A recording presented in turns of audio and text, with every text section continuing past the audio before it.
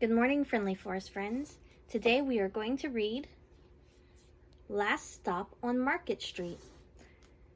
It's written by Matt de la Pena and drawn by Christian Robinson.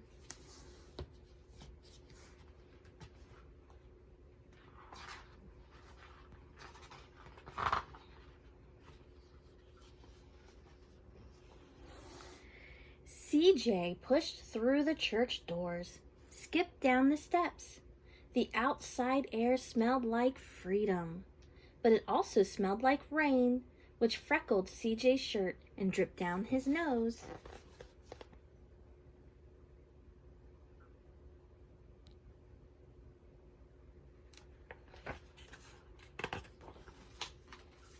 He ducked under his Nana's umbrella, saying, "How come we gotta wait for the bus in all this wet?" "Trees get thirsty too," his Nana told him. "Don't you see that big one drinking through a straw?" CJ looked for a long time, but never saw a straw.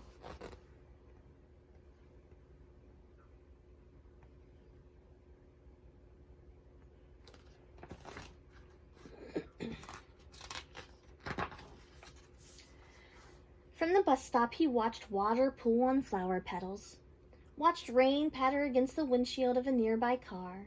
His friend Colby climbed in, gave CJ a wave, and drove off with his dad. "Nana, how come we don't go in a car?"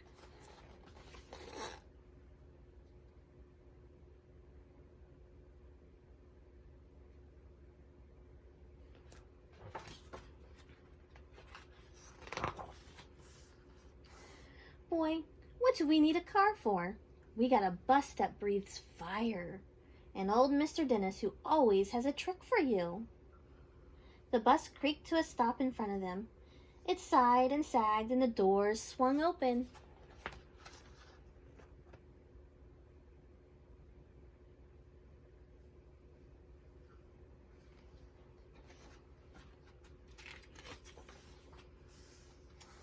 "What's that I see?" Mr. Dennis asked. He pulled a coin from behind CJ's ear, placed it in his palm. Nana laughed her deep laugh and pushed CJ along. They sat right up front. The man across the way was turning a guitar. An old woman with curlers had butterflies in a jar. Nana gave everyone a great big smile and a good afternoon. She made sure CJ did the same.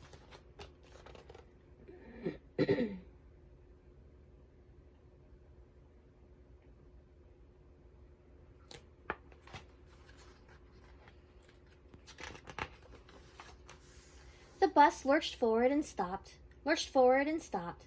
Nana hummed as she knit. "How come we always gotta go here after church?" CJ said. "Miguel and Colby never have to go nowhere." "I feel sorry for those boys," she told him. "They'll never get a chance to meet Bobo or the sunglass man. And I hear Trixie got herself a brand new hat." CJ stared out the window, feeling sorry for himself. He watched cars zip by on either side, watched a group of boys hop curbs on bikes.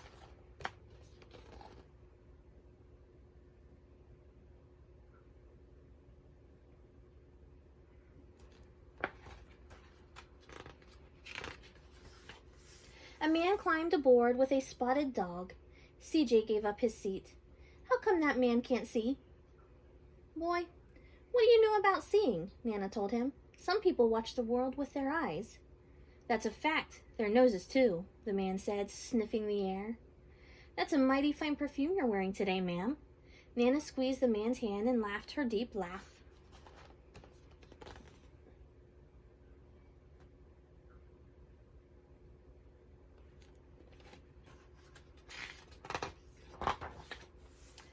Two older boys got on next.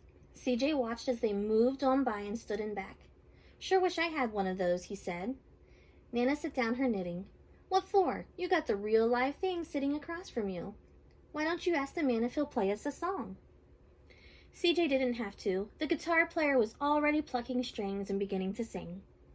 "To feel the magic of music," the blind man whispered. "I like to close my eyes." Nana closed hers too. So did CJ and the spotted dog.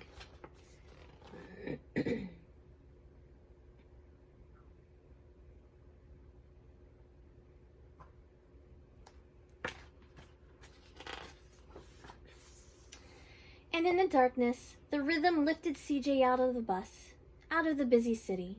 He saw sunset colors swirling over crashing waves, saw a family of hawks slicing through the sky, saw the old woman's butterflies dancing free in the light of the moon. CJ's chest grew full, and he was lost in the sound, and the sound gave him the feeling of magic.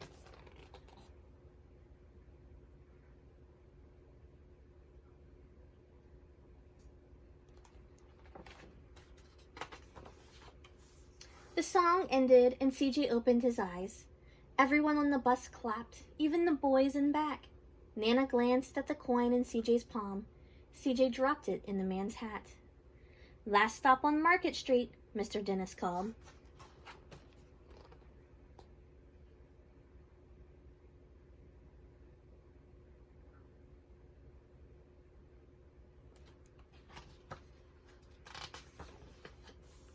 CJ looked around as he stepped off the bus. Crumbling sidewalks and broken down doors, graffiti-tagged windows and boarded-up stores. He reached for his Nana's hand. "How come it's always so dirty over here?" She smiled and pointed to the sky. "Sometimes when you're surrounded by dirt, CJ, you're a better witness for what's beautiful."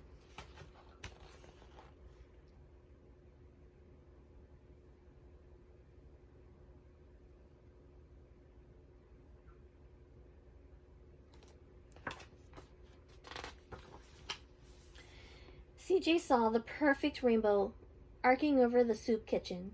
He wondered how his Nana always found beautiful where he never even thought to look. He looked all around them again, at the bus rounding the corner out of sight, and the broken street lamps still up bright, and the stray cat shadows moving across the wall.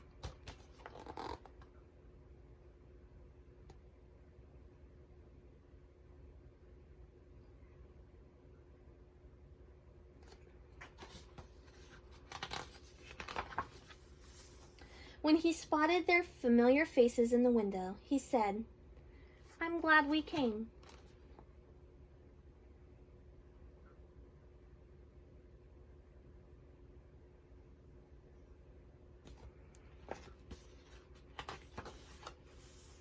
He thought his Nana might laugh, her deep laugh, but she didn't. She patted him on the head and told him, "Me too, CJ. Now come on."